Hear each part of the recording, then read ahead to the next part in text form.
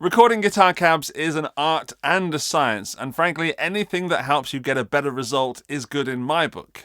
Harley Benton offer this, the Amp Iso 2, which decouples your cab from the floor or the surface upon which it's placed, thus giving you a more true representation of the sound going into your microphone. In this video, I'm going to record some sound samples with and without the Amp Iso 2 to see exactly what it does to the recorded tone, and to see if it's something that you'll use and need, or you'll just forget about and store in a cupboard somewhere and waste your money.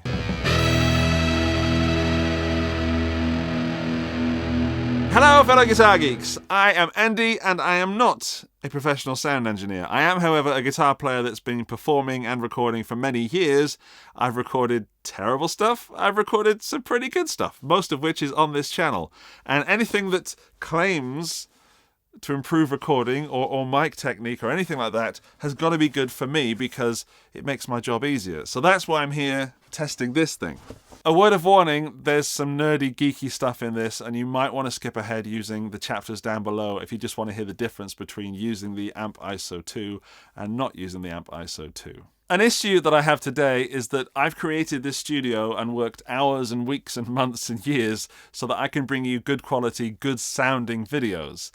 Today, I've got to do the opposite of that and try to create some bad sounds. Then I've got to try and fix those sounds with the Amp Iso from Harley Benton, this thing. It's a challenge, it's a tough challenge. Let me explain how I normally record guitar and then how I'm going to record guitar in this video. The cab that I use most and that you hear most in my videos is also a Harley Benton. It's the Vertical 212 with the Celestion Vintage 30s in it. And I'm really happy with the sound. I use a Sennheiser E906 mostly. That's on a clamp, so it's always clamped in the same place, and that's a gravity clamp. It's just down here, and it's also isolated from the floor already with a wheeled trolley, so I can move it around the studio a little bit. Today, I'm going to be placing it on this cabinet that I normally put my pedals on for pedal videos. It's great for pedals. It should be terrible for putting a guitar cab on. The way that I'm going to try and keep this the most fair and the most scientific is to record my guitar sounds into a looper pedal, play that back when the cab is on the pedal surface, or the less than desirable surface, and then also play that back when the cab is on the Amp Iso 2, thus giving us two sound samples where the source is the same and the mic placement is the same, but the surface upon which the cab was sitting is different. That sounds right to me. So bear in mind, I'm trying to get the worst sounds and then the best sounds without moving the mic or changing the guitar signal. That's my aim, and I have no idea if this thing is going to work or if it's going to make any difference at all. Let's find out.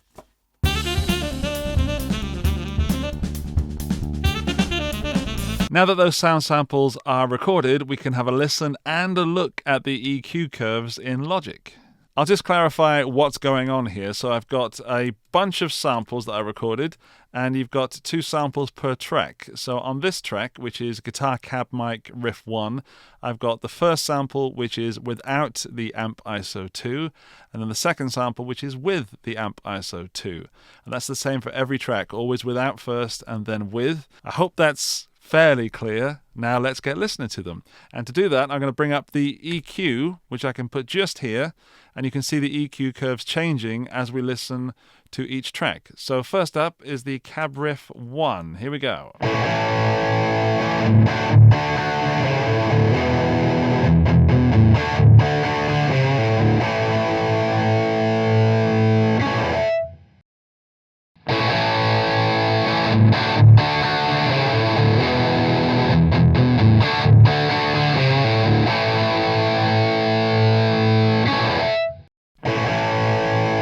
That sounds very mushy, and then with the Amp Iso, it sounds a lot clearer.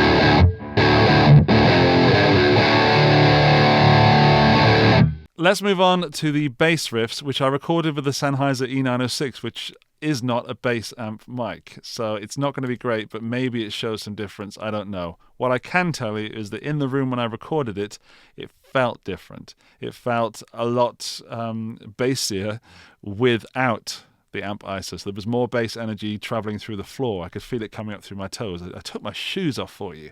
So let's have a listen and let's have a look at the EQ, see if it makes any difference whatsoever.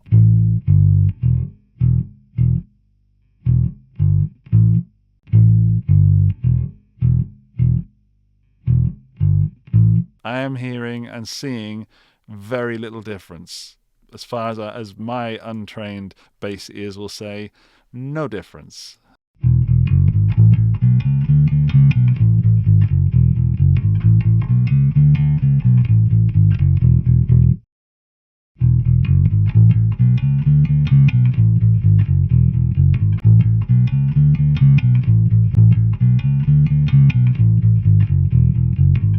Let's go on to where I punched the top of the cab.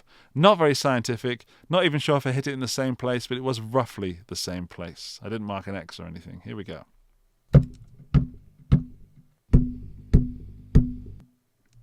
There's a difference there, I heard it. There's actually more bass with the amp ISO 2. Spoke over that then. Let's round it up. What I can tell you so far is there was a difference with everything. Those are the sound samples. I'll pop back over there and discuss and evaluate the science. Thanks for sticking with me through all that nerdy, geeky stuff. It was quite a lot of information, and maybe you skipped through some of it, maybe you didn't. Before I go on to talk about the sounds, let's talk about the build quality, because I haven't addressed that yet. The build quality of this is absolutely fantastic. It's exactly what it needs to be. You've got an aluminium frame around the sides, like that, so that's your main structure. Then on the top you've got this very thin, very light wooden base, and then it's covered in carpet, which is stapled to the wood. Then you've got this, I don't want to call it acoustic foam, but it's certainly very squishy foam that's very, very thick and dense. So when you push it, it doesn't just, it's going to be very stable and also absorbing some of the frequencies, I guess, or at least not transferring those frequencies. You've also got a cool little handle just here, which I've only just found out when I was making this part of the video.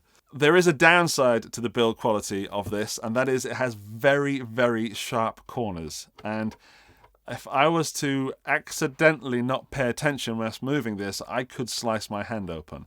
So if you do buy one of these, be very careful with these L brackets on the side. They're pretty sharp. And maybe take a file to them or cover them in gaffer tape to be rock and roll. But don't let these hazardous corners sway you from the build quality. For 40 euros, or just under 40 euros, I could not build that cheaper or better. It would certainly be worse. I couldn't cut these corners like the machines cut these. Well done, Harley Benton, for getting the price right. Okay, let's talk about the recorded sounds. I kept the guitar signal the same. I kept the cab the same. I kept the mic and the mic placement the same. The main thing that changed was the surface upon which the cab was laid. You must have heard the differences in the two sound samples. They're not really true sound samples in the sense that when I was on the Amp Iso 2, that's normal, that's on a tiled floor. However, I would not normally record guitar on an IKEA cupboard that is almost designed to sound bad because it's just, cheap and for holding pedals. I did a bad job intentionally of recording guitar. I hope that you would do a better job when you don't have one of these. So I guess I could have done a control group where I recorded my guitar just normally as I do, but I really wanted to make this video no longer than it needed to be.